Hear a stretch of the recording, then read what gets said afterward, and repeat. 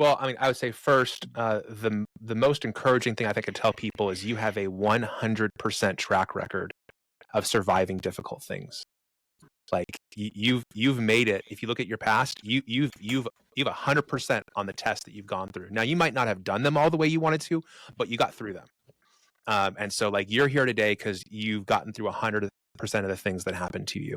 So that you should be able to stand proud in that and puff your chest out a little bit, that you've made it. You're still here. What I have found with people that I've walked through the Start Over guide with is that people typically need help with one of two things. They either need help celebrating and looking at the good things that have happened, because many of us are not wired to celebrate. Steve, I'm sure a lot of people that listen are entrepreneurial, they're leaders, take the next hill, take the next thing. And so if you don't pause and celebrate the victories, what often happens is you miss out on the fuel, the clean burning fuel, to bring something back from earlier. Celebrating the victories is the clean burning fuel that motivates you to keep going. And so often what happens is we just go next thing, next thing, next thing, next thing, next thing. And if we don't stop and kind of celebrate the victories, we don't realize how much progress we're actually making. On the other side, there are other people who need help with grieving. And a lot of times when and especially with men, when you see men who are angry, often what you have is a man who's unable to grieve. Yeah. Because anger is just that first level of the grief process. And so it's difficult to begin something new if you're still in the anger of what happened in the past. And I heard somebody once say, if the past is still affecting the present, it isn't the past. Wow. And so that other side, for some people, it's celebrating and going, hey, that wasn't all bad, or it's not all terrible. You're actually further than you thought. On the other side, it's like, hey, if you don't grieve those losses, you're going to continue to carry with you those unresolved things. And often that anger is going to come out. And though you can't see the color that it's burning, you can feel that. When you're around somebody who has unresolved anger or ungrieved, losses, you will feel that. If you are married to them, if you're in their home, if you work for them, people will be able to feel that. You can't see it, but it's a vibe. And so I often find that if people can move into one of those two things, it often unlocks the rest of the reflection that needs to happen. And then you can start talking about goals. Then you can start talking about dreams. Then you can start talking about gratitude if you can do one of those two things.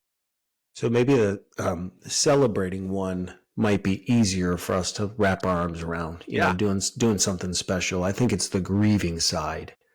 Like, what does that practically look like when you are go, and you got kids and you have a job and like you want to grieve, but you also don't want people to feel bad for you? Is grieving just, you cry in the shower for an hour listening to, some sad song? Like, like what does that like actually look like, grieving in 2024? Because grieving to some people is going to Facebook and posting sad pictures and being hey, overshare. Just oversharing.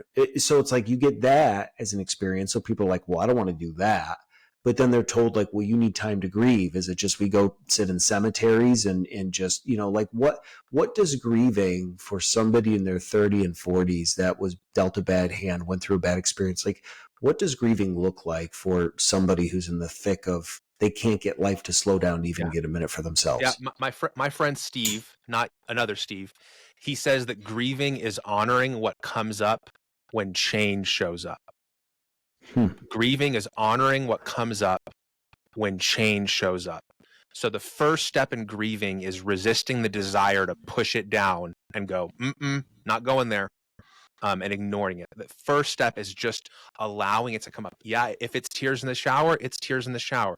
Yeah, if it's a day where you're a little more sad, it's a little bit more sad. But it's just allowing yourself to feel is the first one. Two, I think it's naming the losses. One of the things that happened to me, I went on sabbatical last summer and I had to do a lot of grieving. And part of what that was not spending the whole time, weeks and weeks and weeks, kind of, licking my wounds, but it was acknowledging, hey, I have a wound. There's that old Monty Python scene, it's just a flesh wound. And that line from Monty Python, that guy from the Holy Grail who keeps getting limbs cut off, it's like, no big deal. It's no big deal. eventually, if you don't pay attention to the places where you've been cut and hurt and honor those and name those as losses, they're going to limit your ability to love your family, to lead others, to create value, to build a business or a venture. And so I think you have to honor those feelings. You got to name those things as losses. And then you have to work through the process of letting go and allowing those emotions to come out of you and go through it. And the body was designed to move through this process. Things come up, you honor it, you let it go through, and then you can move past it.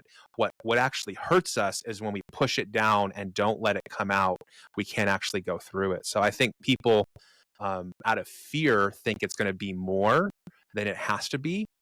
It might just be like, hey, that sucked, that really hurt. Okay, now that I've acknowledged that, I can move on, or, like, hey, this thing's coming up, I'm going to let it out. It's going to last 30 to 90 seconds.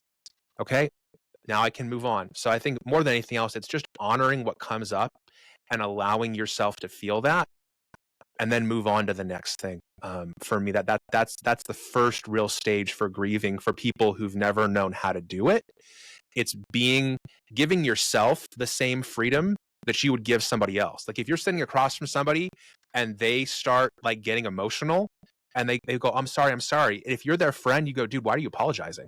Like, yeah, you're my person. Like if that's right, what you need to be, like, dude, that's fine. Like let it out.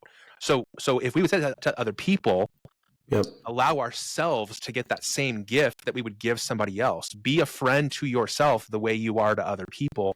And so honor what comes up and allow yourself to move through it. Some of us, we're far worse friends to ourselves than we are other people. And so if you do that for others, do that for yourself.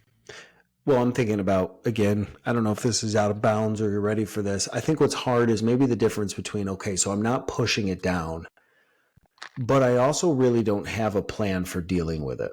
So when you're married, your spouse is your best friend. You can spend every night once the kids go down, or if you don't have kids, just at nighttime, and they're dealing with it is unloading on you what bothers them. But there's no real, like, they're going to do something about it. And so where marriages can break down is when you're trying to figure your own self out. Mm-hmm. And then every night you're kind of carrying the burdens of someone else because of a hurt relationship in their life, a boss that spoke to them wrong.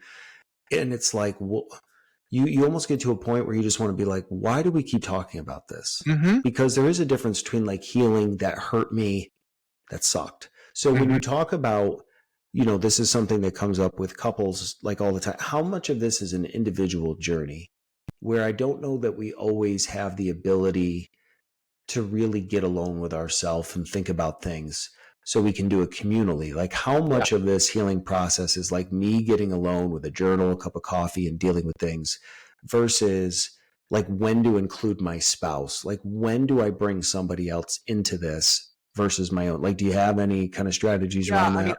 I would say, in my experience, couples who are aware of what each other is dealing with tend to be more on the healthy side. Couples that are living kind of separate lives, where they have separate finances and they have separate plans and there are things happening that the other person doesn't know about, that tends to not be the healthy path. So like saying, hey, like I'm dealing with some stuff, like I think that's healthy, but I think it's also healthy to not expect your spouse to be the solution to every problem. Yep. And expecting your spouse to be the person who has to carry every one of your relational pieces. And so for me, like this morning, like I woke up, I wasn't feeling great. I had a couple of bad dreams last night. I was not in a good place. My wife got up and I said, hey, can you pray for me before today? Like I need some encouragement. And on my Whoop tracker, like you can watch like my pulse go down as my spouse is praying for me. Like you can see a physiological impact from that happened this morning a few hours ago. At the same time, though, there's stuff that I'm going to unpack with my therapist, that I'm going to unpack with another friend so that my wife doesn't have to carry all of that in addition to being my husband. So I think sometimes we put all of this burden on our spouse to be both all of our friend needs as well as our spouse, and we end up crushing them. And so I think there's a really helpful place to have a friend of the same gender a therapist to be able to work through some of those things with. But at the end of the day, your own healing is your responsibility. And so when your spouse is talking to you, one great question you can ask is, what are you looking for from me? Yeah. What are you expecting from me in this moment? Are you expecting me to just listen? Are you expecting me to solve this in some way? And then when you get done with the conversation, it's like, hey, so what's the next step? Like you've been able to kind of flesh this all out. You've been able to say all this. Okay, now what are you going to do? Because if it's, well, I just need to vent, then I think it's very reasonable to say to your spouse, to your friend, to your employee, hey, we've been having this conversation 3 times, and the last 3 times I asked you what the next step was, you said I just needed to vent. I feel like we've had enough time for venting. I feel like now the time is to move into action. And maybe that action is sitting down with a counselor. Maybe that action is getting another resource involved. But I think asking that question, what are you expecting of me in this conversation? And then at the end, bookending it with, what are you going to do to take action? That to me, I think, begins to push the responsibility off of you to carry everything, and it puts it back on them to own their own healing journey.